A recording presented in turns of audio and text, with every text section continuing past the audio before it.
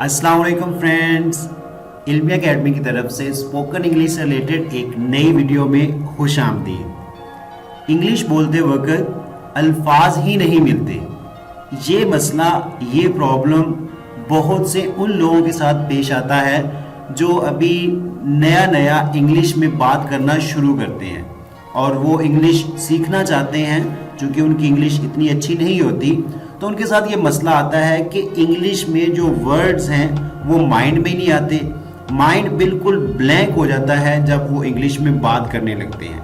तो ये प्रॉब्लम, ये डिफ़िकल्टी सबको आती है जब वो इंग्लिश बोलना शुरू करते हैं। तो इस डिफ़िकल्टी का हल ये है कि डेली बेसिस पे एटलीस्ट 2 न्यू वर्ड्स, 2 नए इंग्लिश अल्फाज आप डेली बेसिस पे सीखें और फिर उनकी सारा दिन गाहे बगाहे प्रैक्टिस करते रहें। तो इससे क्या होगा कि आफ्टर 1 मंथ आप 60 न्यू वर्ड्स सीख लेंगे और उनका इस्तेमाल भी आपको आता होगा।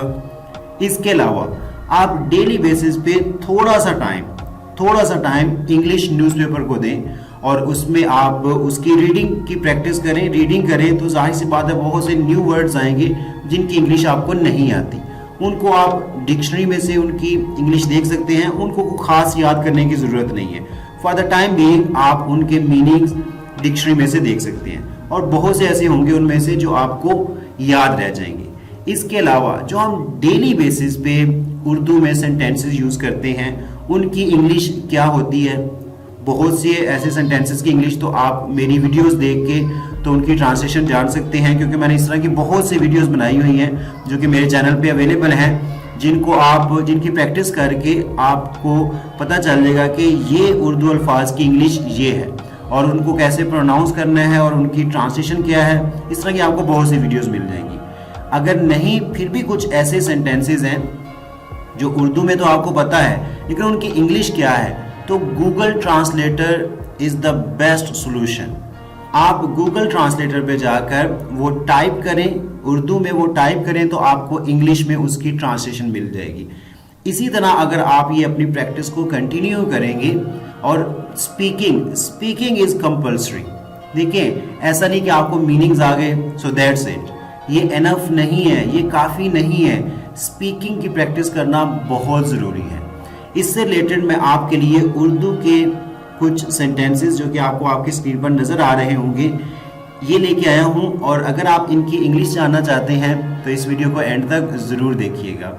वीडियो शुरू करने से पहले अगर आप हमारे चैनल पर नए हैं तो चैनल को सब्सक्राइब करके बेल नोटिफिकेशन को ऑन कर लें ताकि इस तरह की हर नई आने वाली वीडियो आप तक टाइम टू टाइम पहुँचती रहे और आप डेली बेसिस पे इंग्लिश सीखते रहे। तो चलिए वीडियो स्टार्ट करते हैं।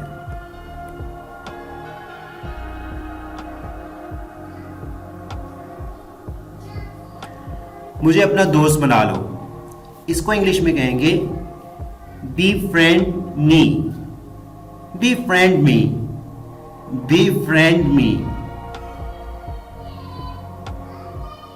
अभी नहीं, मैं बहुत फंसा हुआ हूँ। समटाइम्स आप बहुत बिजी होते हैं, अपने काम में कहीं फंसे होते हैं, तो आपको कोई आपका कोलीग कहता है कि चलें ये काम करते हैं, चलें यहाँ जाते हैं, तो आप आगे से कहते हैं अभी नहीं, मैं बहुत फंसा हुआ हूँ। तो इसको इंग्लिश में इस तरह बोलेंगे, not now, I am tired up.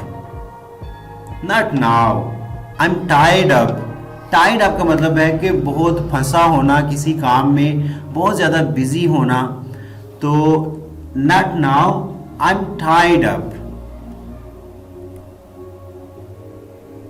एक बार बात तो कर लो। आप किसी से अनायड हैं या किसी इशू पे आप डिस्कस नहीं करना चाहते और आपका कोई कोलीग, आपका कोई फैमिली मेंबर आपको कहता है एक बार बात तो कर लो, तो इसको इंग्लिश में इस तरह बोलेंगे, have a word at least once. Have a word at least once. Have a word at least once.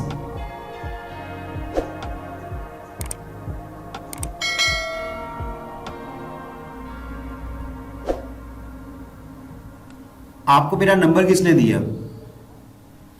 Who gave you my number? Who gave you my number? Who gave you my number? मैंने किसी को नहीं बताया। I haven't told anyone. I haven't told anyone. I haven't told anyone. वो सोने वाला था। He was about to sleep. He was about to sleep. He was about to sleep.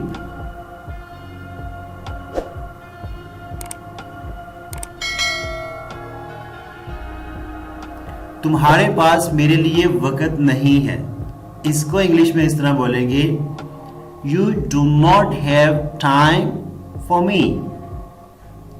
Do not को शॉर्ट फॉर्म में don't भी pronounce करते हैं। You don't have time for me.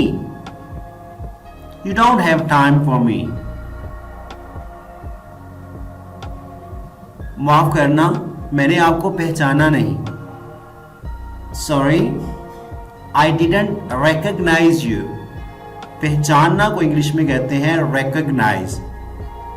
Sorry, I didn't recognize you. Sorry, I didn't recognize you. मुझे आगे से call मत करना। आपको कोई बंदा आपके सेलफोन पे बार बार कॉल करके तंग कर रहा है, तो आप उसे कहते हैं कि मुझे आगे से कॉल मत करना। तो इसको इंग्लिश में इस तरह बोलेंगे, don't call me henceforth. Don't call me henceforth. Don't call me henceforth. Well friends, this is all about today's video. Video अच्छी लगी हो तो लाइक और शेयर करना मत भूलिएगा। और हाँ, अगर अभी तक आपने हमारे चैनल को सब्सक्राइब नहीं किया तो जल्दी से चैनल को सब्सक्राइब कर लें, ताकि इस तरह की हर नई आने वाली वीडियो आप तक बआसानी पहुंच सके और आप रेगुलर बेसिस पे इंग्लिश सीखते रहें। Thanks for watching the video.